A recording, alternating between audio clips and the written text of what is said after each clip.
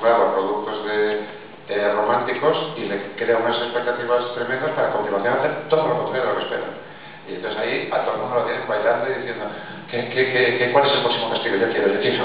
Bueno, de hecho la serie hacía lo que Perdidos no tuvo los cojones de hacer aquí porque era una adaptación, que era cargarse al protagonista. Yo todavía me acuerdo esos vídeos que yo tuve de gente que no conocía los libros. Yo vi uno de un negro todo cabreado, porque se han cargado a Sean Bean. Dice, pero gilipollas, si era Sean Bean. Como decía el gran Miguel Ángel, un spoiler con patas. Claro que se lo iban a cargar. Entonces, eso estuvo muy bien, porque, bueno, como sabéis, Perdidos al principio iba a ser Michael Keaton y iba a morir en el primer capítulo.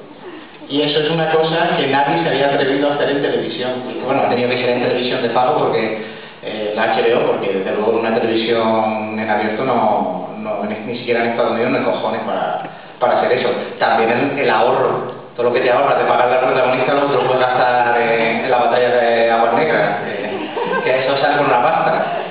Y aún así parece una pequeña escaramuza, pero bueno, es lo que tiene la televisión, que los presupuestos no son como el cine. A pesar de que hayan llamado un director de cine para hacer ese capítulo. A mí me parece la batalla de Aguas Negras, pero vamos a hacer. Sí. Y luego, a ver, hay otra componente también, si quieres, a ver, la historia es básicamente un culebrón. Y se están cayendo las marujas en baterías porque, bueno, no las marujas, a ver, eso es muy universal, el culebrón nos atrae a todos. El ver cómo se reparten puñaladas, cómo se hacen puntadas los unos a los otros, lo seguimos con avidez.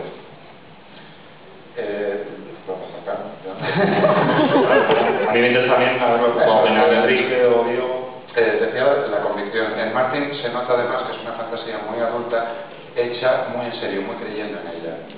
Y en audiovisuales probablemente, a ver, las obras cumbres hasta ahora en televisión y en cine del género, para mi gusto eran La princesa prometida, eran un producto con 4 duros, pero con un guion súper sólido, sí, con un sentido del humor finísimo, y El Señor de los Anillos, que tiene muchas concesiones e incluso convertir al demonio en un secundario cómico. Sí. Vamos, comparado con... vamos, el resultado es magnífico por otro lado y hacemos la bala.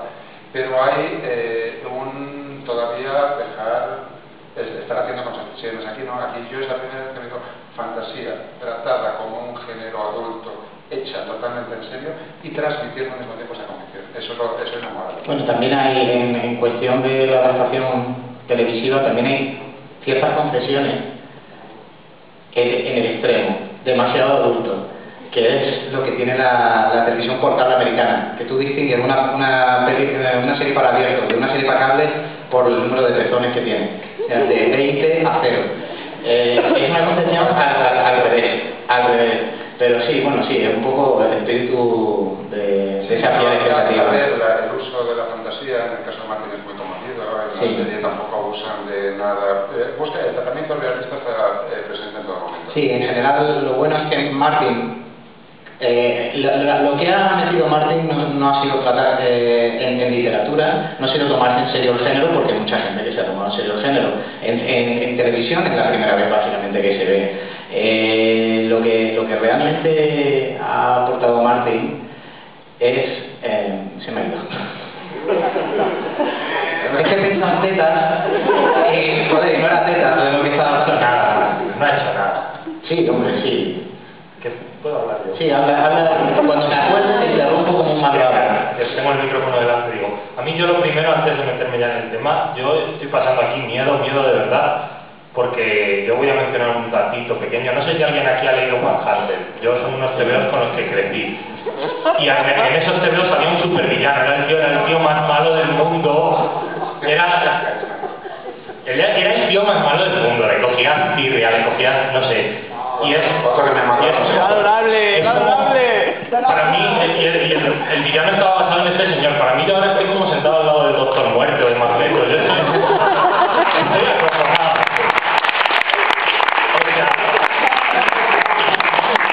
Pasando esto ya, no trolees la mesa. Sabiendo que de aquí salgo muerto, a mí quizás lo que más me gusta de Juego de Tronos en el sentido, no sé si es lo que ha triunfado, pero por lo menos es con lo que ha triunfado en mí. Creo que voy a ser el único que opine así, pero para mí es un folletín. Para mí si cada capítulo de eso saliera una vez al mes en una revista, estarían matándose por ir a al kiosco, a por la revista, a por el capitulito del mes y a ver qué pasa. Y es una de esas series que todo el mundo dice, yo conozco a gente que dice, ay, es que no la quiero leer hasta que no termine, es que eso está abierto, ese tío está muy gordo y se va a morir, le va a dar un infarto, pero si lo llevan con unas negras a Marruecos a grabar, que el tío, si es que si no le ha dado ya le va a dar. No, mira, a mí lo que me interesa es que siga abierto. Yo es que no quiero que eso acabe. Yo ya me da igual el final. Ya me he abierto tantos frentes que quiero que me siga abriendo frentes. Es lo que me fascina. Es como... Tengo malas noticias para ti. Martin, dentro de la historia de la ciencia ficción, es uno de los mejores constructores de finales que conozco. El final de Muerte de la Luz o el final del Sueño del Orfebre para mí son finales ejemplares modélicos. Bueno, el final de Muerte de la Luz igual da para discutir un rato, pero porque, joder, ¿quién gana la pelea? Es evidente. Pues yo no lo sé. Ahí no, a mí que el final de Juego de Tronos son de Daenerys y Jon mirándose y diciendo voy a por ti, a mí me ha roto. O sea, me voy a decir 20 años tirados a la basura porque, estamos sinceros, quedan 10 o 15, ¿sabes? Si no se muere antes. Pero...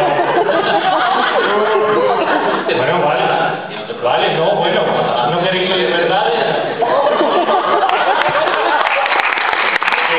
No, pero sinceramente, a mí es una de esas series que es como, a mí me pasa, igual con otros géneros, te pasa, con los superhéroes, le pasa a mi madre con el Culebrón de la 1, te pasa, joder, te gusta el que esté abierto, te gusta el no saber a dónde va, y esa sensación de que no acabe nunca, en el momento en que se cierre la saga y se pase el final, que van a estar ahí, se va a cortar ahí cuando se vayan a enfrentar, uno a montar un dragón, otro en un lobo, en un dragón, vete tú a saber en qué. Eso también son expectativas que tienes, ¿eh? Claro, pero en el momento en que yo vea eso, sea lo que me espero o no, la saga ya pierde. Es uno de esos finales que vas a cerrar y te guste o no, bueno, igual va a ser un perdido en ese sentido. Sigue avanzando hacia adelante. Ya, gracias a Dios, pero hasta que no lo vea no lo creo, no sé, para mí me gusta el sigue avanzando hacia adelante. Es quizá lo que más me llama, el no saber a dónde va. Yo sería incapaz de deducir, excepto las típicas teorías fan, soy incapaz de deducir hacia dónde va, y eso me gusta mucho. Es una de las... Bueno, la sorpresa. Es de lo que se trata. Claro, Pero es que después de todos los giros y vuelcos que te da Martin, tú pones en duda que te va a dar, va a conseguir sorprenderte con el final también. Van a venir los extraterrestres. Como decían mis compañeros de luz, van a venir los extraterrestres y nos vamos a quedar todos. Esto es tan simple como lo que decía David Mamet. La clave de toda narración es, quieres saber qué va a pasar a continuación. Eso es simple. Desde toda la vida de Dios, desde toda la historia de la humanidad, desde toda la historia del arte. Por eso Ulises es una mierda de libro. Porque no quieres saber qué va a pasar antes, por eso Juego de Tronos es la hostia. Pues quieres saber qué va a pasar luego. Ya está, es así de simple. El tío consigue que tú siempre quieras saber qué va a pasar con los personajes. Pasapáginas, o sea, realmente, lo que quieres saber es lo que va a pasar en la página siguiente, o sea, mientras estás leyendo lo que estás leyendo, o sea, es totalmente inmediato. A mí, no sé, lo que más me gustó es, por lo menos yo me enganché realmente a la saga, bueno, ya con el primer libro, pero cuando ves que una novela histórica prácticamente se está transformando en una novela de fantasía, que es un poco también toda la parte que tiene evocadora de historia, de, no sé, mitología, etcétera, etcétera. Esa es la aportación de Martín. Ese es que se me había olvidado. Sí, hombre. Entonces, yo creo que eso es fascinante, o sea, porque además consigue mantenerlo con muy pocas dosis de fantasía, lo hace genial, o sea, cada que ocurre algún acontecimiento que tiene relación directa con la magia, lo hace muy bien, muy dosificado, y sabes que una vez que ha pasado eso vas a continuar en un mundo realista, realmente. O sea, no se le va a ir a ningún momento, ¿no? Y caramba, o sea, joder, eso te da una tranquilidad como para seguir leyendo, vamos, o sea, las miles de páginas que le puedo escribir. Yo quiero saber, yo tengo mucha curiosidad. Si llega, qué malo es. Hombre, si llega bueno, voy a Gibraltar, consulta un partido. ¿Cómo va tu colesterol? ¿Cómo va tu colesterol? Hablemos de otra cosa. A mí me gustaría saber, y pregunté a mucha gente sobre el final de la segunda temporada de la serie, me gustaría saber cómo el espectador televisivo, que es más masivo que el literario, va a tragarse el hecho de que cada vez haya más elementos fantásticos. Realmente, ¿cuál es el nivel de tolerancia?